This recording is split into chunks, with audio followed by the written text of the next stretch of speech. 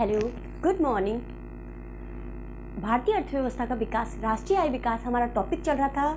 इसमें से हमारे पार्ट 1, 2, 3 कंप्लीट हो चुके हैं। पार्ट 4 है हमारा जीडीपी कारक लागत, जीडीपी एट फैक्टर कॉस्ट। कारक क्या क्या हो सकते हैं, जैसे भूमि, उस पर लागत क्या हो सकती है, किराया।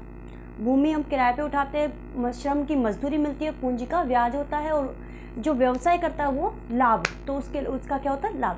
तो ये सब मिलकर क्या होती है, किराया, मजदूरी, ब्याज, लाभ, कारक लागत कहलाती हैं। जीडीपी एट फैक्टर कॉस्ट यानी जीडीपी कारक लागत प्लस शुद्ध अप्रत्यक्ष कर यानी नेट इनडायरेक्ट टैक्स बराबर किसके होते हैं, जीडीपी एट मार्केट प्राइस यानी जीडीपी बाजार मूल्य पर। कारक लागत प्लस शुद्ध अप्रत्यक्ष कर इज इक्वल टू बाजार मूल्य।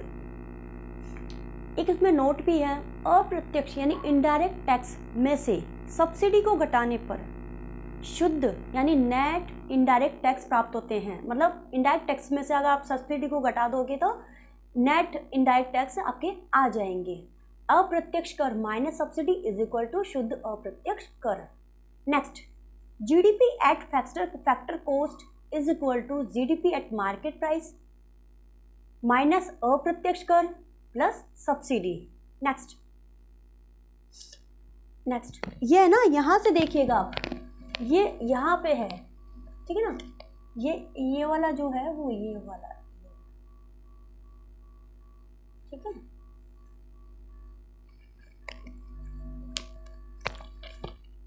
जीडीपी कारक लागत factor cost is equal to GDP बाजार मूल्य पर माइनस उसमें से करेंगे आप अप्रत्यक्ष कर और फिर करेंगे सब्सिडी ऐड, तो आपका आ जाएगा GDP at factor cost. Next, NNP at factor cost is equal to NNP बाजार मूल्य पर माइनस अप्रत्यक्ष कर प्लस सब्सिडी। जब आप इसको 2-3 बार देखेंगे तो आपको सब क्लियर हो जाएगा। कारक लागत पर राष्ट्रीय आय की गणना की जाती है। एनएनपी कारक लागत को ही राष्ट्रीय आय कहा जाता है। राष्ट्रीय आय का आधार वर्ष 2011-12 है। राष्ट्रीय आय का आधार वर्ष 2011-12 लिया जाता है। नेक्स्ट, राष्ट्रीय आय में सम्मिलित मदे। पहला, उत्पादित अंतिम वस्तु तथा सेवा। उत्पादित अंतिम वस्तु तथा सेवा का मतलब है, जैसे मान लीजिए आपका सर्दियों में मान लीजिए आपके स्वेटर ही है, तो वो क्या होगा, उसके लिए पहले रॉ मटेरियल इकट्ठा किया जाएगा। रॉ मटेरियल के लिए ऊन वगैरह जो भी है, मशीनें हैं, जगह है, वहाँ पे उसको पहले तैयार किया जाएगा। तैयार होने के बाद में जो वो कंप्लीट फिनिशिंग हो जाएगी, उसके बाद में जब वो मार्केट में चला जाता है बिकने के लिए, तो वो उत्पादित अंतिम वस्तु कहलाती है। नेक्स्ट, स्वयं उपभोग के लिए किया गया उत्पाद। नेक्स्ट, मतलब खुद के उपभोग के लिए किया गया उत्पाद भी राष्ट्रीय आय में शामिल होगा। सरकार द्वारा नागरिकों को दी जाने वाली निःशुल्क सेवा, वो भी राष्ट्रीय आय में सम्मिलित होगी। कंपनियों को प्राप्त लाभांश भी राष्ट्रीय आय में शामिल है।